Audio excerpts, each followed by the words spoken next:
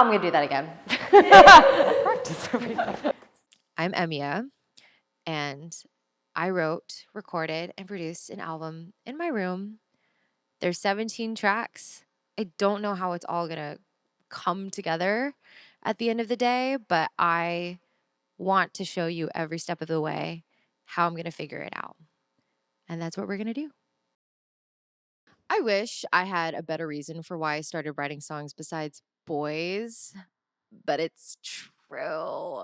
I even found my first muse really early on in life. He was the kid who sat next to me in kindergarten because of the alphabetical seating chart.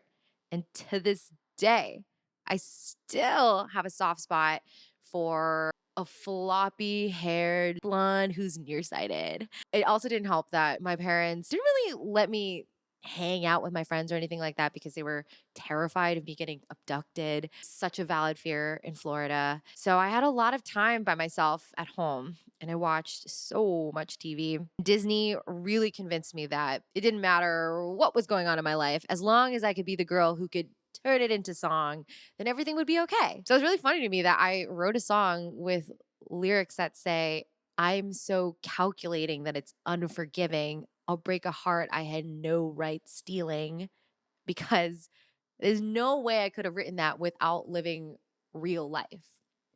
Because in real life, what they don't tell you is that sometimes you do get the guy.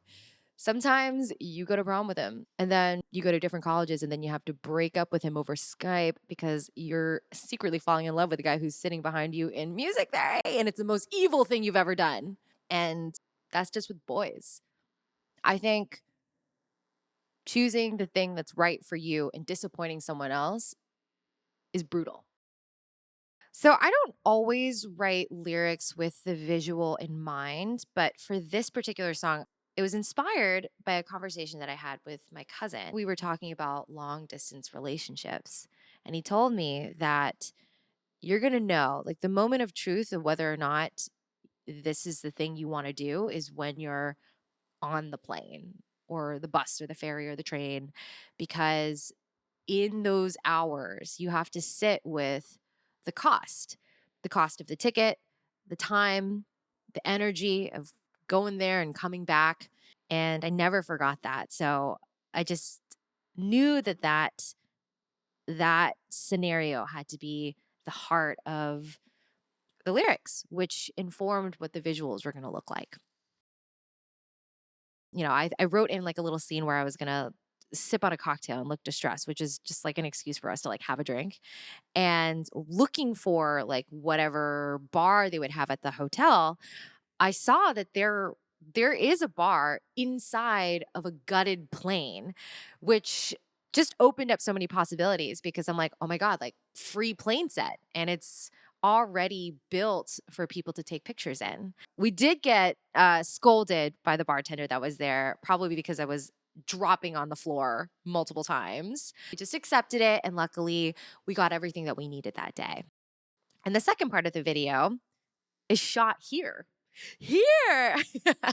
I considered shooting this in an actual ballet dance studio. And I'm like so obsessed with being a dancer because I took 5 ballet classes in my adulthood.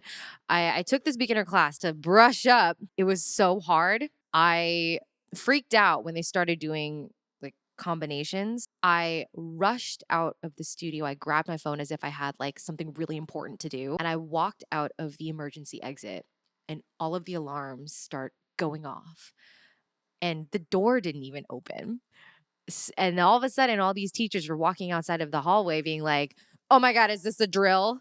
And I had to shamefully admit that I tried to exit out of the emergency exit.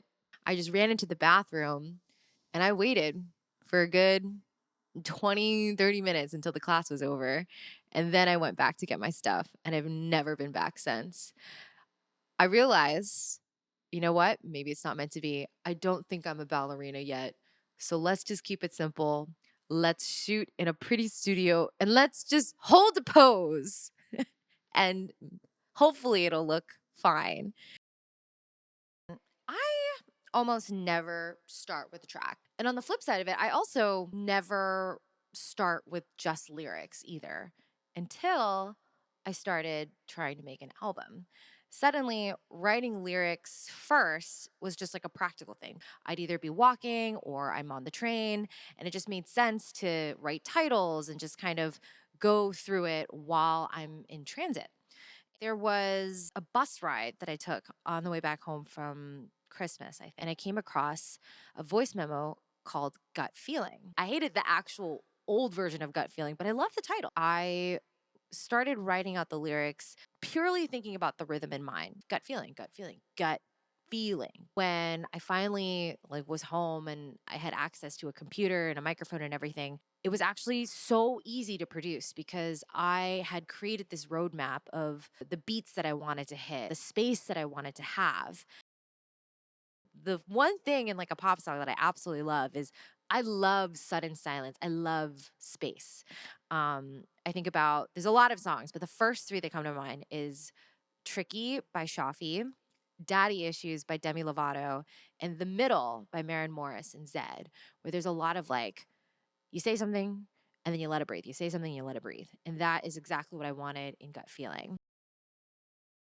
So when I first sat down to write the story behind Gut Feeling, I realized pretty quickly that there's no way that I could talk about Gut Feeling without talking about the album. And there's no way I can talk about the album without talking about myself and just all the tiny little pieces and episodes that got me here and why this song feels so inevitable in a way, like a song that just had to be written because of the life that I've lived. And I don't know if you are watching this video because you've been following me for a long time or if I'm a total stranger to you. But I know that it's really important for everyone to kind of understand who I am first before everything. So here it is. I'm Emia. I wrote and produced a 17-track album in my bedroom, and I have no idea how it's all going to come together, but I'm so excited to figure all of that out in front of you.